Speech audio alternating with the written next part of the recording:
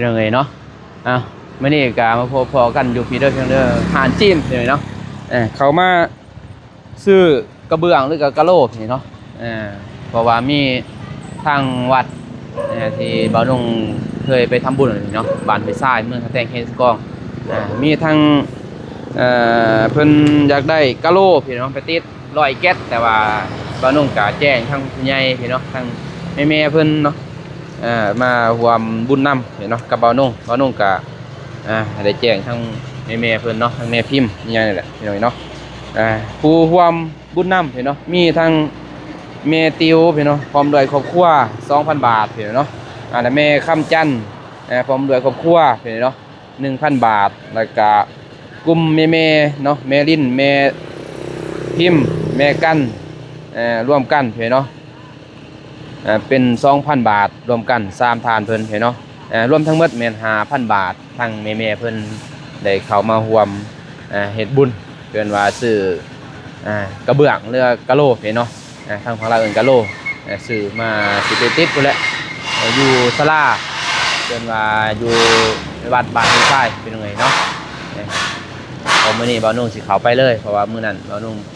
ทางพระอาจารย์เพิ่นขอเพิ่นว่าแจ้ง FC แน่เพิ่นว่าเนาะแจ้งแม่ผู้ใดใจบุญแน่เพิ่นว่าอยากร่วมบุญนำแหละพี่น้องเนาะก่อนหมดกะกราบทักทายสบายดีสวัสดีเด้อพ่อแม่พี่น้องหมดสุขสุขคนกันยินดีต้อนรับเข้าสู่ช่องบ่าวนุ่งเนาะมาร่วมบุญนำเนาะทางบ่าวนุ่งเองก็5,000 บาทเนาะรวมทั้งแม่เพิ่น1 2 3 1 2 3 4 5คนเนาะเป็น 5,000 บาทเนาะ5คนแม่เพิ่นทางฝั่งไทยแล้วก็มีแม่อยู่ฝั่งไทยกันเนาะแม่ฮักบ่าวนุ่งเองนี่ก็900 บาทเนาะเพิ่นก็อยู่เชียงใหม่เพิ่นก็ที่เคยช่วยเหลือทางบ่าวนุ่งนี่แหละคนเชียงใหม่เพิ่นก็900 บาทเนาะแต่บ่าวนุ่งเองบัดนี้พี่เนาะบ่าวนุ่งเองก็พร้อมด้วยครอบครัวบ่าวนุ่งเองเนาะครอบครัวบ่าวนุ่งเองก็1,500,000 กีบมันก็ถูกอยู่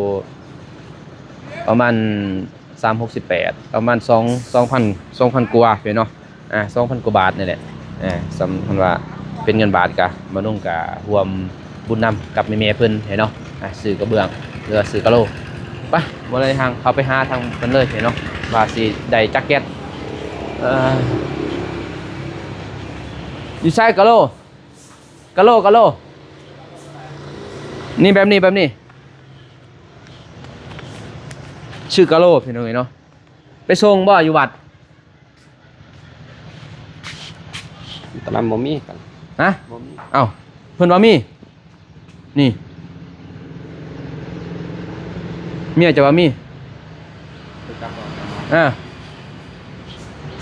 บัดผัวบ่มี มันเมียบ่มีแจ้งอยู่บ่จำเด้อมันจะบอกแจ้งอยู่บ่นั่นนี่มันสิแจ้งมีบ่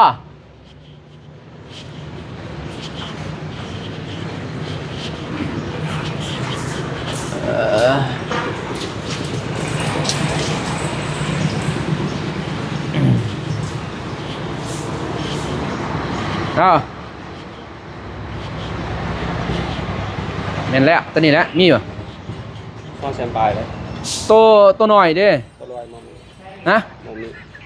ตัวนี้หลัง60แหละตัวใหญ่เลยตอนนั้นบ่มีตัวลอยเลยเพิ่นว่ามีเด้บ่มีตัวลอยแล้วตัวใหญ่มีแต่ตัวใหญ่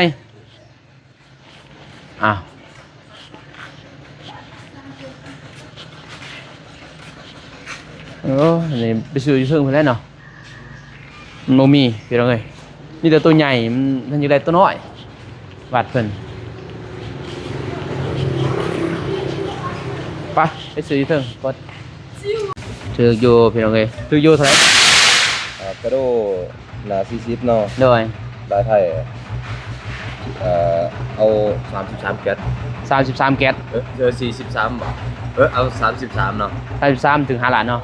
มันถึง4ล้าน250,000เอา34บาทเอา5ล้าน4เด้5ล้าน4เนาะมันเลยซะเอา36คูณเลย5ล้าน4โอเค 5ล้าน4พี่น้องเอ้ยเนาะมันคืออยู่เงินทางผู้ใหญ่แล้วก็ทางเบานุ่งแน่ในทางพระอาจารย์เพิ่นมันบ่พอเพราะว่า100แก๊สเลยเนาะ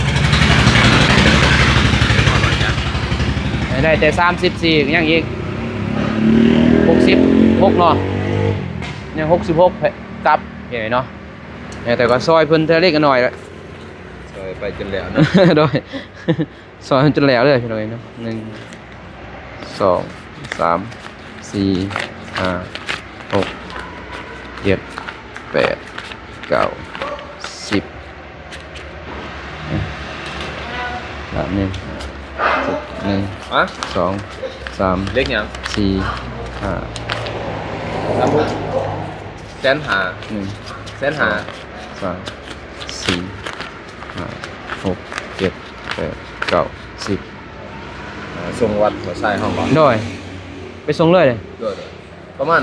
เดี๋ยวหนึงจะ อย่าเพิ่นไปเต้ เขาออกไปเลย อาจารย์จะออกเลย เล็กมันเล็กเขาขึ้นแล้วเพิ่นน่ะ เขาเดียวหนึงดอก เขาเรียกบ่ แม่น อาจารย์เราถ่ายเราสิไปเลย1 2 3 4 5 6 7 8 9 10 เดี๋ยวสิโทรใส่รถอยู่ลุม ได้ รถอยู่ลุม 1 เพราะว่า 2 เพราะว่า 3 มันต้องไปตามคิว 7 8 9 10อาจารย์เราเผาไปนั่นพี่น้อยเนาะ ให้เพิ่นหาเขาหนึง เดี๋ยวเผาไป ไว้อยู่ดอก ไปผาปลาบ่ล่ะวะ1 2 3 ผาปลาอยู่ไส 5 6ตึกเด้บ้านยังเด้เหรอวะผ้าสวมบ่ พาสว1 2มพาสวม 3 แค่ไต่กัน 4โดย1 2 3 4 5 6 7 8 9 10 3ล้านแล้วเนาะ4ล้านเนี่ย1 4ล้าน 2 3 1 2 3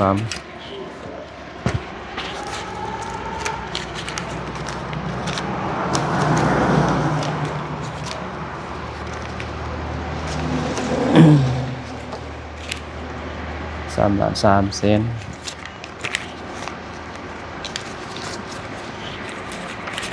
เงินบ่พอ ไหลบ่ถึงเงินบ่พอเอาเงินเองเลยฮะแสนนี่เติมเลย โดย เจ้านายเพิ่นเอาไปให้ โดย คือว่าเพิ่นอันนี้ก็จ่ายเบิดแล้วมี โดย แต่ค่าส่งอย่างเดียว โดยมีแต่เอาบินแจงเพิ่น โดยเข้าใจหลาย โดย ประมาณ นี่แหละเขาไปเขาเดียวหนึงนะอยู่น้องเป็ด น้องเป็ดนี่บ่ แม่น โอ้ ไป เขาเดียว น้อง โดย ประมาณ9โมงได้ไป โดย นี่ก็8โมงครึ่ง สิเข้าไปหาอาจารย์ก่อน ขอบใจได้หลาย โดยอยู่ดีแม่ง เดี๋ยวไปพี่น้องเอ้ยเราไป หาพระอาจารย์ก่อนพอซื้อมัดไปสิจำนวน5 ล้าน 4 แสนเนาะแต่ว่าน้องเติมอีกมันถึงอยู่5 ล้าน 3 แสนน่ะนะว่าน้องเติมอีกเนาะเป็นมาน้องเองที่ล้าน6ล้าน6 แสนเป็นเงินกีบได้เพียเนาะเกือบ4 ถึงหมื่นเพียเนาะแต่ว่ายังอีก60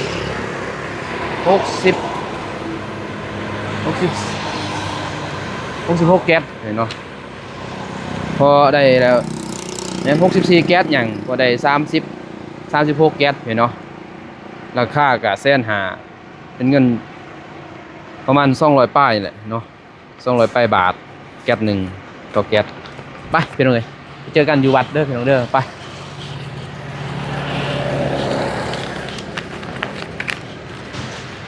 จุดได้จกเงิน พี่น้องเอ้ยไปกด โอเคพี่น้องเอ้ยเนาะตอนนี้ว่านุ่งก็มาฮอดวัดแล้วอย่างนี้เนาะ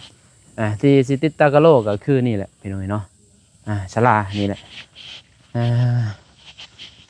ที่พระอาจารย์เพิ่นกำลังสร้างพี่น้องเอ้ยเนาะแต่ว่านุ่งก็บ่ทันมาดุนได้บ่ได้มาพี่น้องเอ้ยเนาะอันนี้เพิ่นติดแต่ตัวนี้หมดแล้วตัวนี้สีนี่หมดนะสีตัวนี้เป็นยังไงก็เลยยังแต่ สีขาวเลยว่าจะซื้อสีขาวเห็นไหมเนาะพอสีนี่หมดเลยสีนี่หมดแล้วแต่ว่าสีนี่ก็งามเลยเนาะ สีนี่งามกันนี่ยังบ่พอเลยเนาะเพิ่นสิปูประมาณ100ยังอีก100ตับแล้วอะพี่น้องนี่เนาะบ่พอ100ตับแต่ว่าบ่นุ่งซื้อมาเลย36ตับยังอีก64ตับนี่เนาะนี่เพิ่นสิปูกะโลเพราะว่าทางพระอาจารย์เพิ่นพี่น้องนี่เนาะเพิ่นเฮ็ดนี่แหละบนที่พักเศร้าพี่น้อยเนาะเวลามาจังหวัดจังหันบนต่อยอดกันนะพี่น้อยเนาะแล้วก็ทานั่นก้อนพี่เนาะทากระเบื้องหรือว่า ทากะโลพี่เนาะเบาทางบันเบาหนุ่มเนาะกะโล ทากะโลนี่เนาะเบาหนุ่มสียำอีกเท่านึงพี่เนาะทางภูที่ซอยเรือทางวัดวารามเนี่ยพี่เนาะแล้วก็เบาหนุ่มสีอัปเดตให้พ่อแม่พี่น้องเบิ่งเพิ่นก็สร้างอีกสร้างลายอยู่กำลังสร้างวัดพี่เนาะกำลังถึงปีสร้างวัดบ้านห้วยทรายมีทั้งแม่ติวพี่เนาะพร้อมด้วยครอบครัวแล้วก็ทั้งแม่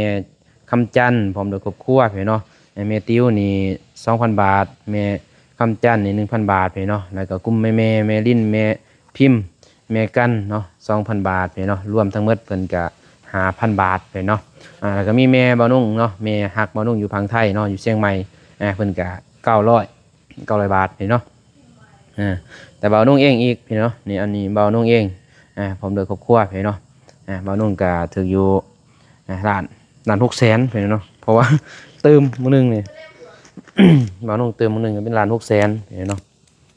บ่าวนุ่งล้าน 600,000มันก็ถืออยู่2,000กว่าพี่เนาะ2,000 กว่าบาทล้าน 600,000รวมทั้งหมดพี่เนาะมันก็ถืออยู่5ล้าน4แสนพี่เนาะเป็นเงินกีบ5ล้าน4แสนถ้าเป็นเงินบาทก็ประมาณอยู่6 8,000 9,000พี่เนาะ6 9 49แม่นบ่6 9 54เนาะ54แม่นแหละพอดี9,000ว้ามีเป๊ะเลยเนาะเลขสิออกบ่ยักมือ มือนะมืออื่น นี่สิอัปเดตให้พ่อแม่พี่น้องเบิ่งพี่เนาะเพิ่นกำลังสร้างใหม่ๆเลยแต่ตอนนั้นบ่าวนุ่งมายังเพิ่นแล้วตอนนี้เพิ่นเนาะตอนสัมโพธิพระเพิ่นสัมโพธิเพิ่นก็เฮ็ดอันนี้แหละเพิ่นเนาะสัมโพธิพระเฮ็ดอันนี้เฮ็ดโพงนี่แหละโพงศาลาศรัทธาลังเพิ่นมาเป็นจำนวน200ปลายล้านพุ่นเด้พี่เนาะ200กว่าล้านแต่เพิ่นสิมาเฮ็ดอันนี้แน่พี่เนาะเพิ่นสิตีปิโต้งลงไปน่ะไขคอนกรีตเพราะว่าอยู่หันขึ้นยากพี่เนาะพร้อมเป็นข้อยสั้นเลยเวลาญาติโยมเพิ่นเรือพอออกไม่ออกนะหรือว่าสภาพญาติที่ทำทั้งหลายแหละสิมาร่วมบุญนำพี่เนาะสิขึ้นอยู่หันขึ้นบ่ได้ขึ้นได้แหละแต่บัดลงล่มพี่เนาะประเภทผู้ชายยังแข็งแรงแน่มือพี่เนาะใครขับรถจักรยังครึ่งได้แต่ผู้หญิงล่มหลายคนอยู่พี่เนาะพระอาจารย์เพิ่นก็เลยอยากนั่นแหละอยากสร้างอย่างนั้นพี่เนาะเฮ็ดนั่นแน่แล้วก็ อันนี้เพิ่นดุดเพิ่นน่าจะเฮ็ดนั่นศาลาบ่หรือว่าเพิ่นดุดหลายเติบเลยพี่น้องสมโพธิพระเมื่อนั้นก็สมโพธิพระองค์ใหญ่พี่น้องเนาะสมโพธิพระองค์ใหญ่ตอนนั้นอันนี้เพิ่นกำลังจะสร้างแต่เพิ่นดุดแล้วเพิ่นปรับทีเลยพี่น้องเนาะเพิ่นตอนนั้นเรากับอาจารย์เพิ่นว่าสิสร้างศาลาพี่น้องเนาะเพิ่นก็สิสร้างศาลาใหญ่ศาลาหุงธรรมอยู่นี่น่าจะแม่นนะเบิ่งเด้อรวมตั้งของบุญกราบขอพรพระเจ้าใหญ่ไสมงคลตัวนี้พระเจ้าใหญ่ไสมงคลที่สมโพธิพระวางแล้วพี่เนาะว่านุ่งบริทายอันนี้เพิ่นสิสร้างแม่นศาลาตามเบิ่งนี่เนาะตามบอกกับอาจารย์ดูดปั๊บนี่แหละแต่มันสิเจือนพี่น้อยเนาะฝนตกนี่เจือนหลายแล้วแต่ว่ามันต้องก่อพี่น้อยเนาะหอดยามฝนโอ้เสาะหมดแล้วพี่น้อยนี่ก่ออ้อมถ้ามีงบมีเงินเพิ่นกำลังสร้างนะพี่น้อยเนาะเป็นวัดป่า ปุ่นก็เป็นจอมภูหลวงเลยไปจอมภูหลวงขึ้นไปกรรมฐานขึ้นได้เนาะอยู่ปฏิปฏิปฏิบัติธรรมเนาะปุ่นทางขึ้นไปขอทางปุ่นก็ปฏิบัติธรรมได้เป็นวัดป่าได้ตัวนี้เนาะสมโพธิพระองค์ใหญ่ องค์ใหญ่เนาะองค์นี้ซ้ำมัน100 กว่าล้านเนาะถืออยู่200,000 บาทนี่แหละตามที่พระอาจารย์เพิ่นว่าเด้ตอนนั้นมาสมโพธิแต่เพิ่นตอนนั้นบ่ทันปรับตัวนี้เนาะพอสิเอาคืนพระองค์ใหญ่อันนี้ก็หมดหลายเติบแล้วเนาะเพิ่นสิสร้างเพิ่นปรับที่ไปมีแต่รอทาก่อนเนาะรอทาทาง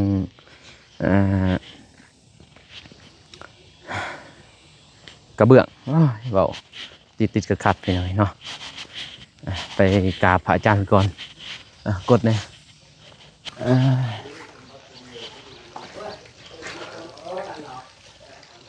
อาจารย์เป็นข้าวิเนี่ยเนาะเผาไปนะแต่ว่าทาไม่ได้ทานั้นทากระเบื้องมากระโลมาพอพระอาจารย์เป็นเผาไปเซ่บ่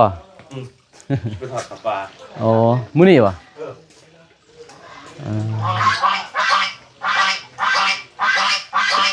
น้องบริคือมาเงินสดบ่มีเงินสดที่ถวายเจ๊น้อยโอเค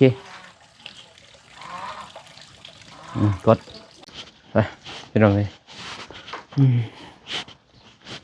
ก็ได้เติบได้ขนาดเองเนี่ย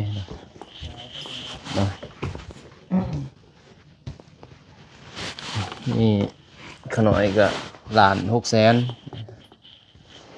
ซอยแล้วก็ทางเมย์เพิ่นทางพังไทยเพิ่นแหละเพิ่นรวมทั้งหมดกะทางเมย์เพิ่นก็ถูกอยู่5,900 บาทเพิ่นทางเมติวเมติวก็พร้อมด้วยครอบครัวเพิ่นก็2,000 บาทนะแล้วก็เมคำจันทร์เพิ่นพร้อมด้วยครอบครัว1,000 บาทแล้วก็กลุ่มแม่เพิ่นนั่นแหละแม่ลิ้นแม่พิมพ์แม่กันก็2,000 บาททางฝั่งไทยรวมทั้งหมดเพิ่น5,000 บาทเนาะแล้วก็แม่อยู่ฝั่งไทยกันเพิ่นก็อยู่เชียงใหม่ก็900เพิ่นนะบ่น้องเองเพิ่นเนาะแล้วก็1,600,000เพราะว่าถืออยู่36 ตับ36แก๊สเลยเนาะแก๊สนึงมันก็ถืออยู่150,000เป็นเงินบาทก็ประมาณ200 ป้ายเนาะจ้ะโดยเนี่ยอาจารย์อวยพรให้เพิ่นทางแม่เพิ่น เจ้าภาพเจ้าสันทะเนาะ เด้อสถาน ซื้อกะโลถวายอยู่วัดป่าผู้จอมไสมงคลมานาราม เด้อ บ้านห้วยไซเมืองทัดแตงแข้งเสกองฝั่งไทยเนาะ เด้อ หยอกติ๋วเนาะความครอบครัวนี่เท่าไหร่นี่ 2,000 บาท 2,000 บาทแม่คำจันทร์ความครอบครัว 1,000 บาทนี่ยัง รวมแม่ รวมเนาะ เด้อ เนาะแม่เนาะ กลุ่มแม่เพิ่นน่ะ แม่ แม่ลิ้น แม่ลิ้นแม่พิมพ์แม่ กัน กัน 2,000 บาทอยู่ฝั่งไทย เด้อ รอบทั้งวัดบริหาร1,000 บาท เด้อ ฝั่งไทยนี่ผู้ที่รวมเบิดนี่เป็น9,000เนาะ บ่เป็น5,900 5,900 เด้อ 5,900 บาทได้ก็เว้าเอานุ่งเองความครอบครัว1,600,000 กีบ เด้อ ผู้ที่รวมเป็นปัจจัยทั้งเบิดเป็นเงินกีบนี่5,400,000 กีบ เด้อ ผู้ที่ได้อยู่อันนั้นจะแก๊ส36แก๊สเด้ออนุโมทนาบุญนำเด้อทุกคนทุกท่าน เด้อ ที่มีรายซื้อรายนามขอให้มีความสุขความเจริญอายุหมันควันยืนสุขภาพเข้มแข็งสมความมุ่งมั่นปรารถนาทุกประการเด้อเว้าหนงเด้อ เด้อ สาธุนำบุญนำ สาธุเด้อ เอาไหวเด้อครับนี่ มีให้พระอาจารย์ไว้เลย ก็นั้นก็มาสูงเนาะ เด้อ อ่า เป็นคนผู้ทรงถ้าว่าพระอาจารย์พาไปก็ไปก่อนก็ได้ ไม่ถึงกันตายเนาะ เด้อ ข้าวลูกมองเขาวันแหละมองเขาปูแล้ว บ่ทันบ่เด้อแต่ขน่อยจะให้เขาลงอยู่หั่นก็แล้วมีแต่ว่านั่นเพียงเนาะอันมียังอีกอยากความ บุญนำเพิ่นก็ได้เนาะทางล่างเฮ็ดยังอาจารย์เห็นดุ นั่งหมอ โดย ว่าเฮ็ดห้องน้ ห้องน้ำบ่ ำห้องน้ำอีก เออบ่ได้เฮ็ดศาลาบ่ บ่ว่าท่านเฮ็ด จะลงทำบ่ได้เฮ็ด เพราะว่าเสียนห้องน้ำเพื่อสิเฮ็ดงานปฏิบัติ เฮ็ดงานนี่บ่ งานปฏิบัติงานปฏิบัติธรรมปีหน้าง าน ห้องหับอีก อ๋อ ห้องน้ำบ่เพียงพอห้อง แม่น ห เด้ ลาย ห้องซำ4ห้อง5ห้องบ่อยู่ 6ห้องอยู่ดู 6ห้องก็บ่พอเนาะ เพราะว่ามึงตัวตาพิเศษนั้นคนมา 2,000 3,000นั่นแหละ เนอะ พอกันใส่ บ่พอเลย พอกันใส่บ่คือวัดอื่นได้งาน โดยมันยากนะ ทั้งความไทยบ่สิฮู้หรอกว่างานปฏิบัติเขาสิเข้าใจหรอก โอ้ สิเฮ็ดมาจังได๋เด้เนี่ย6ห้องแยกเป็นหลัง2หลังเพราะว่าครูบาเนี่ยพาลูกกรรมพาอาจารย์กรรมเขานำกันบ่ได้เนี่ย โอ้ เขาใส่ขาบ่ได้ผิดกรรมยังคากได้อยู่ไหนผิดกรรมเขาจะเข้าใจใส่ห้องน้ำหลังเดียวกันบ่ได้ผิดกรรม โอ้ อันนี้ก็จะสั่นได้บ่มีไผมีดอกในแก๊งสีกองบ่มีแต่ว่าความตั้งใจของอาจารย์สูงสุดเป้าหมายสูงสุดของอาจารย์ตัวนี้ อืม หนึ่งเป้าหมายอาจารย์มาสร้างวัด โดย สำเร็จไปแล้วสองได้พุทธพิเศษกสมบูรณ์พระสำเร็จไปแล้ว นะ ยังเป้าหมายสุดท้ายจัดงานปฏิวัติกรรมว่าแต่สร้างตั้งวัดในแก๊งสีกองมา40กว่าปีมีไผพาเฮ็ดอาจารย์ ข้าน้อยก็บ่เคยเห็น งานปฏิ จะ วั แบบ ติ มันสิเป็นแบบใดน่ะ สกรรม อืม พอฟังไทยก็ฮู้ดาวก็มี อ๋อแต่พังไทยเพิ่นสิ เข้าใจแล้ว อันโดยโอ้ งานปฏิวัติกรรมอยากเฮ็ด ปีหน้าว่าจัง ปีหน้า อืม ประเทศเอาพรรษาเดือน12เอาโลดละ โดยก็ เดือนหนึง ถ้าว่าพี่น้องพังไทยเพิ่นอยากมาร่วมก็ได้เนาะ ได้จริงๆนะพวกเขาไม่เขาก็มา เต็มเลยพี่น้องเอ้ยเนาะบ่าวนุ่งกับบ่ทันเคยเห็นนะสิได้เห็นนำพระอาจารย์เนี่ยเออ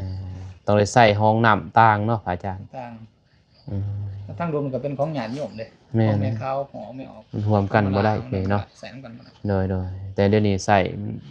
ซ้ำว่าแล้วบางครั้งกับคนเขากับบ่ฮู้เขาเข้าไปเลย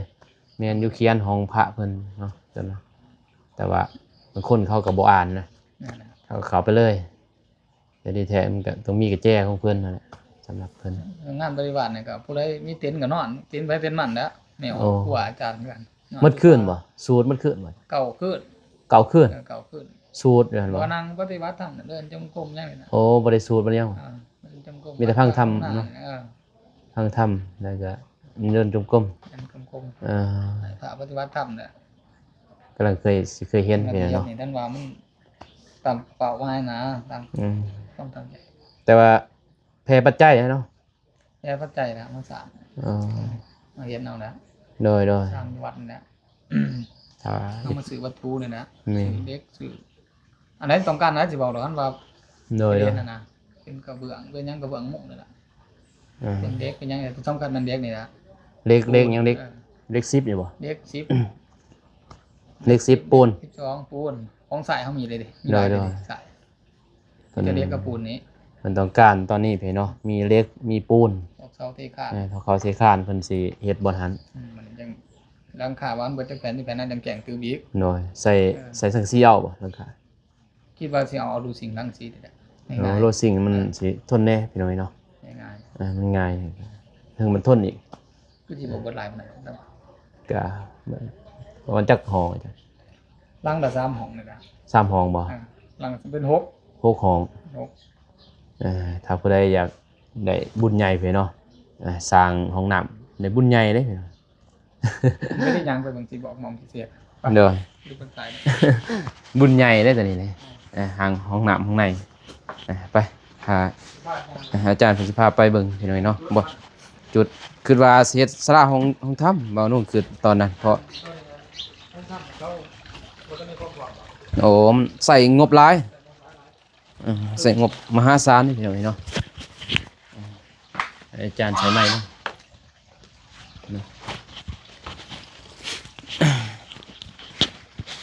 นี่ทรายนี่ลายแล้ว ใช่ร้ายแต่เขามาเขียน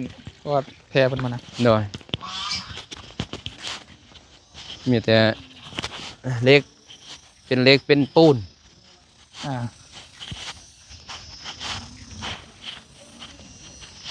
มันตรงที่เป่าไม้นะครับเป่าไม้สูงสุดของเฮานะ อืม มันก็จะเฮ็ดให้มันเป็นห้องเป็นห้อยให้ลูกให้หลาน โดย ทีนี้เฮารู้แล้วว่าหม่องสระนี่ตัวนี้มันยังเหยียกหลายนี่บ่เห็นเสด็จ แล้วก็สิได้เฮ็ดศาลาบ่เนาะ หม่องนี่ป้าไว้เฮ็ดสระ ตัวนี้บ่ อ่ะ ไว้เลยบ่นี่ ป้าไปเด้อ โอ้ก็แม่นอยู่ สิเฮ็ดแบบสไตล์วัดผู้เผา วัดผู้เผา วัดผู้เผาฟังไทยเขาสิฮู้อยู่ โอ้ สิเฮ็ดให้เฮ็ด เฮ็ด นี่ ศาลา ห้องน้ำเฮาเขาสิ อยู่รุมบ่จ้ะ อยู่รุมหัน อืม จุดหันหลังนึงเนาะ โดย มองในหลังนึงเอาเนายกพื้นขึ้นเทขึ้นน่ะผู้ดีศาลาก็อยู่นี่บ่ใส่บาตรได้ก็ใส่ได้ต่อไปน่ะ โดย ไม่ออกว่าจะไปใกล้ก็ได้ลูกนึงก็ได้บัดนี้ โดย หลังจากเฮาบ่ได้เฮ็ดปฏิบัติน่ะ โดย สบายโดด มันใช้งานได้เลยบัด ใช้งานได้เลย บ่ได้ทุบ หลั ยัง งนึงจังซี่นะ หลังหนึงมี3ห้อง หลังนึงมี3ห้อง เป็น6ห้องเพิ่ เป็น น ห เนาะ กห้องนี่แหละจุดมันผู้ดีเฮาไหลศาลาอย่างกับนี้เขาได้สบาย โดย อาบน้ำก็ไหลลงห้อง โดย สบายเลย เป็นห้องน้ำเลย ก็เป็นห้องน้ำด้วยสบายเลยนี่แหละมองจุดมันมองเขาตั้งไว้เพราะมองลานปฏิบัติธรรมมันอยู่นี้จัดงานปฏิบัติอันเนี้ยลานปฏิบัติแบบพาสวดมนต์อยู่ภายใน อ๋อ สวดมนต์อยู่นี้ศูนย์รวมแล้วก็ไฟจากนอนมองได้ก็นอนแล้ว โดย ไม่ได้เว้นวัดนี่ แล้วแต่ พุ่นมอง อยู่ป่าอยู่ดง อยู่ป่าอยู่ดง แล้วแต่รถปฏิบัติ เออ สิปลูกอูนอนยังแล้วแต่ บนใดมันสิสงบ ตัวนี้เขาสงวนไว้ อ๋อ เฮ็ดแบบวัดผู้เผา โดย อาทิตย์ ผู้ใดอยากรวมบุญน้ำก็ได้เพี่นเนาะอยากเฮ็ดห้องน้ำหรือว่าถ้ามีงบหลายก็ว่าอยากเฮ็ดเองเนาะก็ได้เพี่นเนาะแบบอยากจ้างสร้างเฮ็ดเองเลยก็ได้ทางพระอาจารย์เพิ่นก็บ่ได้ว่าหยังมีแต่แห่งหมู่บุญนำแหละอาจารย์เนาะ หรือว่ามีเงินเล็กๆหน่อยอย่างบัวบุญก็ได้เพี่นเนาะคนละ10-20 บาทก็ได้10-20 พันก็ได้เพี่นเนาะจะเล็กจะหน่อยบ่ต้องกับเป็นสะพานบุญให้ทางพระอาจารย์เพิ่นเพี่นเนาะเกินว่ามรณะเกินว่า ไม่ โดยเฮ็ดใหม่ทางวัดวาราม วัดสร้างไม้ก็ได้ปีปลาย โดยปีปลายเองเพี่นเนาะถือว่าสำนี้ก็ไวเติมแล้วเพี่นเนาะทางพระอาจารย์เพิ่นเฮ็ดด้วยเกินว่าบุญกุศลเพิ่นแหละเพิ่นมาสร้างเพี่นเนาะเก็บออมรอมริดเพิ่นแต่ละบาทแต่ละกล่าวเพิ่นดึงมาเกินว่าวัดดึงมาคือว่าสมโพธิพระอิหยังหลายอย่างพี่เนาะนี่ก็เพิ่นสิเฮ็ดบุญใหญ่แล้วตอนนี้ ปฏิบัติมีพระเฮ็ดแขกเชียกล่องตั้งมา40กว่าปีเพราะท่านเคยเฮ็ดงานปฏิบัติสักครับ ว่าน้องก็สิเห็นแม่นเลยพี่น้องเนาะ แต่พังไทยเพิ่นก็สิเค รู้ ยอ แล้ว ยู่ มันเข้าใจเพราะเขาเฮ็ดกูปีดิ โดย ฟังไทย ก็สิฮู้อยู่เนาะ อู้ดี ถ้าผู้ใดอยากมาร่วมงานก็ได้พี่เนาะปีหน้าพุ่นแหละ อืม ออกพรรษาเพิ่นออกพรรษาแล้วเพิ่นก็สิจัด ไหลห้องน้ำไปแล้ว โดย ไหลห้องน้ำจังสิจัดได้ แต่ ถ้า ก็ บ่มีนี่ก็สิ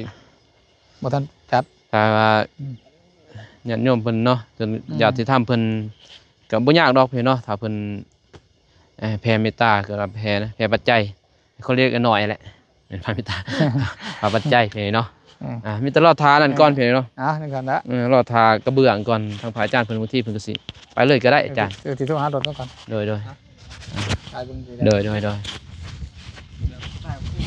โอ้ยเขาเอ็ดแมทโอ้ คิดว่านะหน่อย กับผู้ที่งามแหละคนหลายเลยพี่น้องเอ้ยเนาะมาวัดนี่ก็สมโพธิเนี่ยแม่นมันเงียบมันน่ะขึ้นไปเทิงก็เป็นผู้เป็นธรรมไหมโดยจนไอ้สิบ่ทัน3สิฮอดเซวัดยังอาจารย์ไปรักษาเอ็ดนี่บ่มาเจียงก็บ่ใกล้ไปได้เนาะนี่วัดเสาเอ็ดผ้าสวมซื้อพี่น้อยเนาะโอเคนะอาจารย์เพิ่นสิไปถอดผ้าป่าพี่น้อยเนาะอยู่วัดพุ่นแหละผ้าสวมเมืองปากซองเมืองปากซองมั้ยเมืองบาเจียงพี่น้องแข่งจำปาสักเพิ่นสิไปก็เลยว่านุ่งนี่ตลอดทาทางกะโลเพิ่นมาก็แล้วมาปะไว้แต่ว่านุ่งก็กลับพี่เนาะเพิ่นเผาเพิ่นก็เผาไปมันสวยพี่เนาะทายากก็ดิเพิ่นมาพี่น้องเนาะกะโลก็ได้โอเคพี่เนาะตลอดทางกะโลเลยก็สิเดินทางกลับเลยพี่น้องเอ้ยมาเลยอาจารย์เพิ่นไปด้นเลยเป็น2 ชั่วโมงอยู่ นั่งถ่ายอยู่2 ชั่วโมง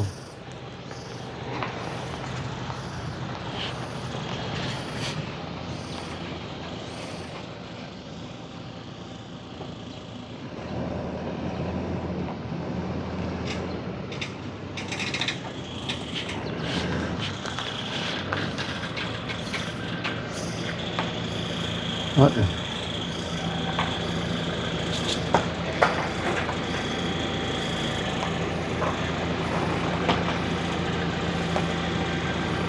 ค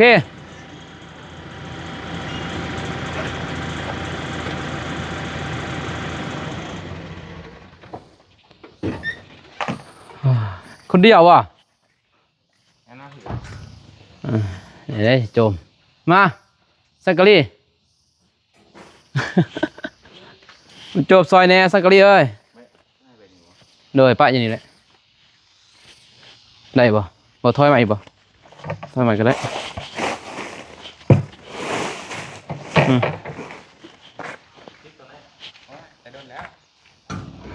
ถอยมาก็ได้ลงปะอย่างนี้36ตับ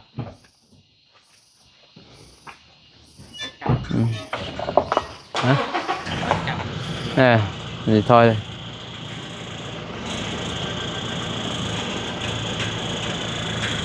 มาเลยโอเค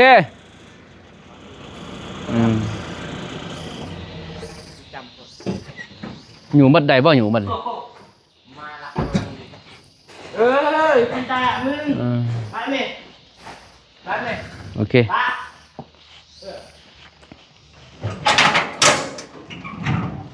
พี่น้องเลย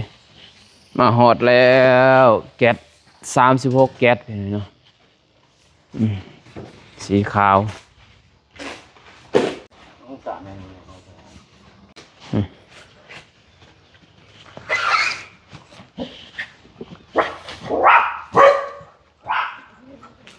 ไปดี 33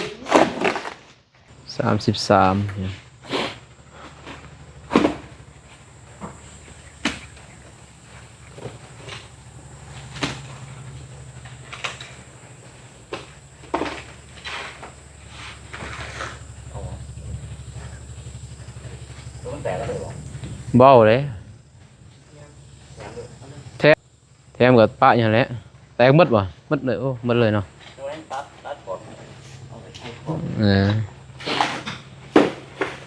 มันแตก